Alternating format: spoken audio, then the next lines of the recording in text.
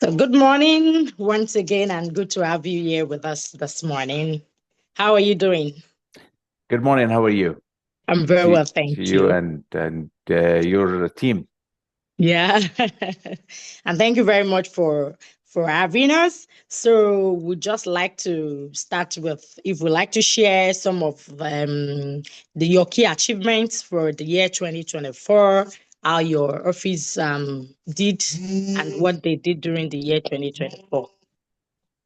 Well, we would like to begin after Happy New Year to everyone, and we have a very busy office. Edmonton Manning is well diverse and rich in multi cultures, and with newcomers is attractive to a lot of newcomers. So that required a lot of services as far as immigration cases, social affairs, uh, issues with CRA, and many things out there. So we do have a busy office, and we pride ourselves with that because what we do here is mostly as a service. The job of a member of parliament is to serve the people and serve the people well. So we try to do that in this office, and in a nutshell, um, to look at it as a business. So we operate here like a business. So the phone has to be answered, the call has to be returned, and the emails has to be corresponded properly and on time. Also to be able to see people when they need to see the MP or to meet with the staff for their situations or their cases. That is the best achievement you can do is as to serve as many people and to serve them well. Mhm. And we try hard to improve the operation so people feels that their members or their representative is doing the job. Yeah, oh, that's what's that was a busy year that you had there, and Yes. yeah, you really had a busy year. So I would like to ask that as we have entered into the year 2025, what the people what should they expect from your office, from you and your team? Well, as I said, we always proactive on providing the best services that need to be done because things change and um, interest of people change. Also, some of the laws and when they change, they affect the operation here. For example, um, the mess that's been left by this current government. As far as the immigration system has really affected a lot of people.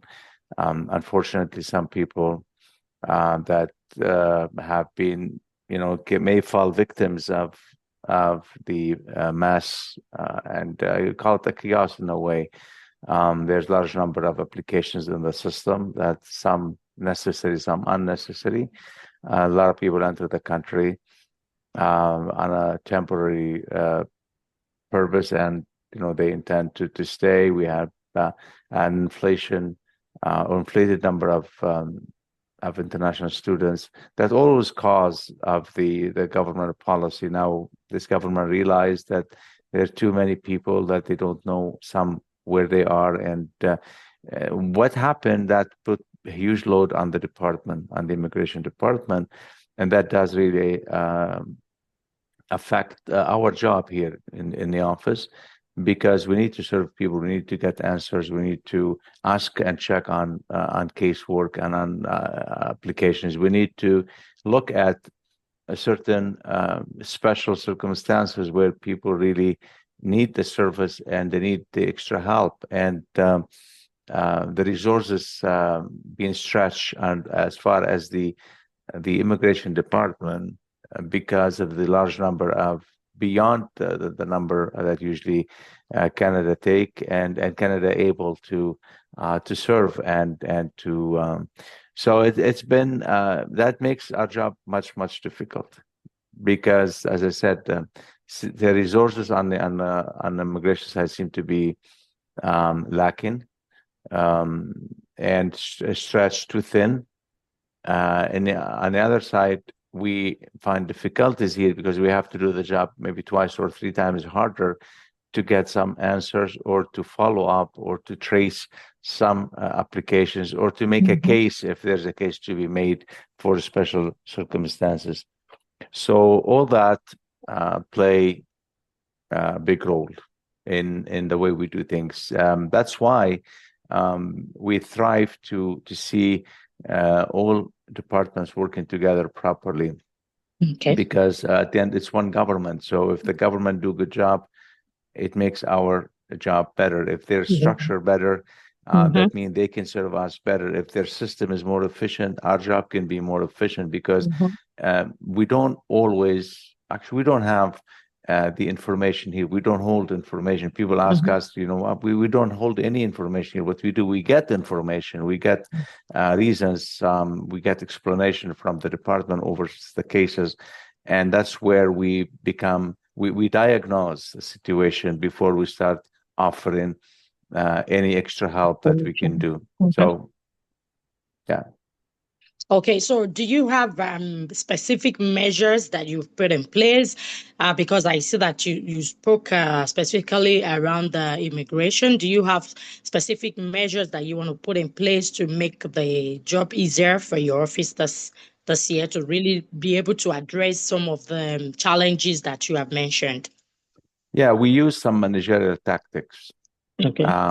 For example, we do have a computer system that basically one of the best out there, a software that store the information and give us the updates, and remind us about the next reviews and so forth, so we can be on top of things. That's one thing. The other thing is we do answer the phone 90%. We barely we let the phone goes to voice message, because that cuts down the job by maybe 2/3.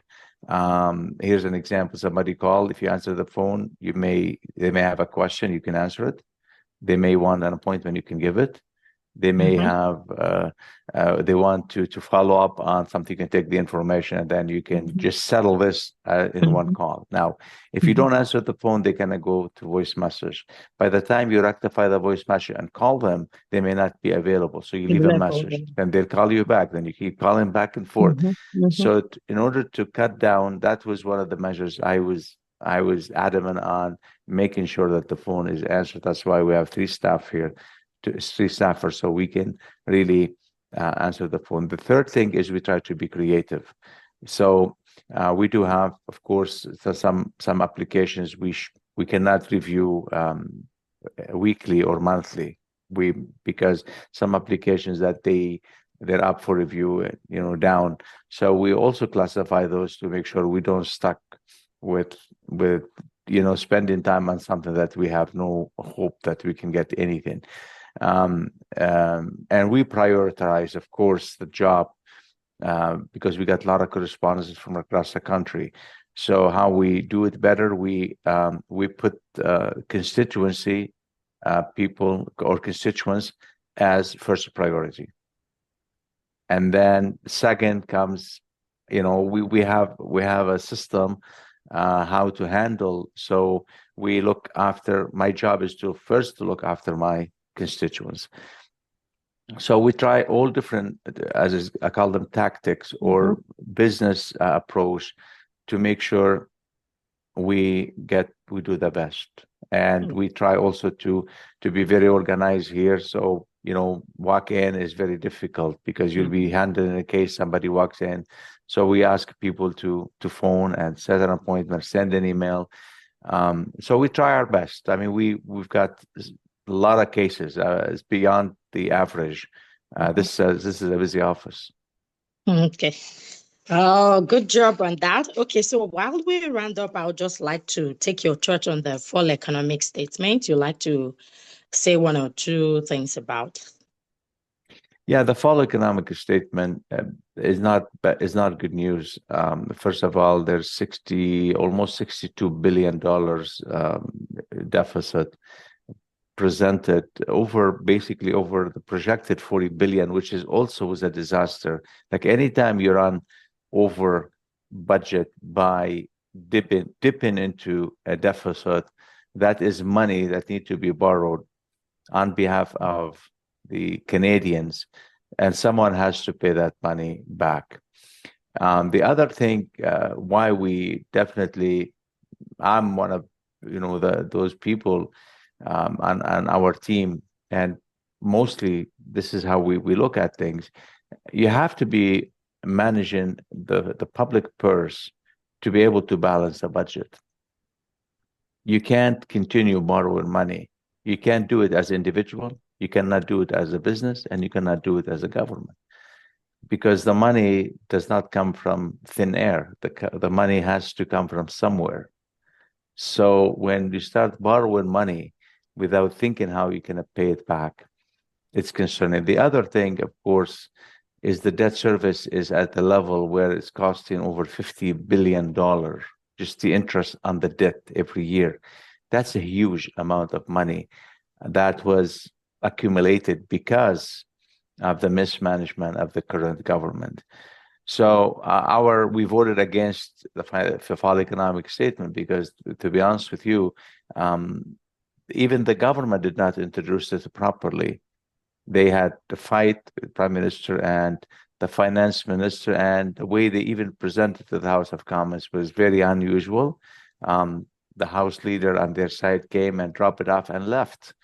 So reading it through it, unfortunately, a lot of people cannot even tell you what it's going to do for Canadians to enhance their life, or to basically improve the way, or improve the cost of living, or reduce the cost of housing, or securing the streets or the community safe.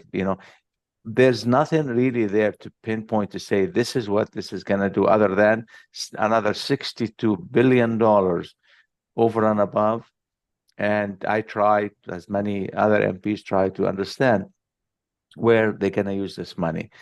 So, and right now, of course, you know what's going on. They're proroguing the parliament for 3 months. That's not a good news too. So basically, it's the affair of the Liberal Party, other than the affairs of the nation. So we are in very unfortunate situation right now, and a change has to happen. Otherwise, the way we're going right now is not right, and is dangerous, risky, and we have to change the way we do things, because otherwise it's impossible to continue like this. Mhm. Okay, thank you very much, MP Ziad, and we're grateful for you to have us. I don't know, before we leave, maybe you'd like to have a final word. I want to thank you, first of all, and thanks your audience, and we do a good job, of course. I do have a beautiful community. Edmonton Manning is growing, and growing with your community and other communities. I'm very happy to see that growth, welcoming everyone and encouraging everyone to call the office, ask for help. We're here to serve, and we will do our best. Always will do our best. Nobody's perfect, but the message is, I'm in here to serve people, and that's the best I can do, and that's the way it should be done. And I hope that we'll be up to the task to serve people well, and to make sure we represent Edmonton Manning in a proper way. Yeah, absolutely. Thank you so much. And we would be glad to have you come and talk to you some other time during the course of the year. Thank you Thank very you. much. Feel free. Take care of yourself. Say hi to Frank, by the way. Yeah, I will. Thank you.